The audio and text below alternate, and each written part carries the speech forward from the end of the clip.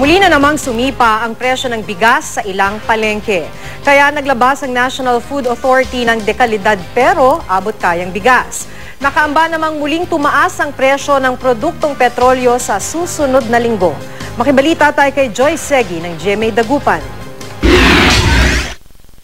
Pasan pa rin ng mga motorista ang pagtaas ng presyo ng ilang produktong petrolyo. Sa kabila ng patuloy nilang pagdaing, isa pang oil price hike ang nakaambang ipatupad sa susunod na linggo.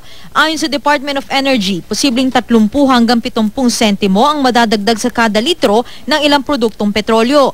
Resulta raw ito ng lumalakas sa demand para sa krudo at paglago ng ekonomiya ng China.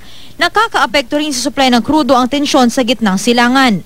Habang may gulo sila, ninenervyos yung market, so bumibili sila ng mas marami kaysa normal nilang binibili. I mean, yung mga consuming countries at saka yung traders. Pero tiniyak ng DOE na masusundan ng rollback ang nakaambang dagdag singil oras na magbalik operasyon ng ilang refinery ng krudo sa ibang bansa. Kasabay ng pagsipa sa presyo ng petrolyo ang pagtaas ng presyo ng bigas. Sa ilang pamilihan sa Quezon City, tumaas na ng piso hanggang 2 piso ang kada kilo ng ilang uri ng bigas.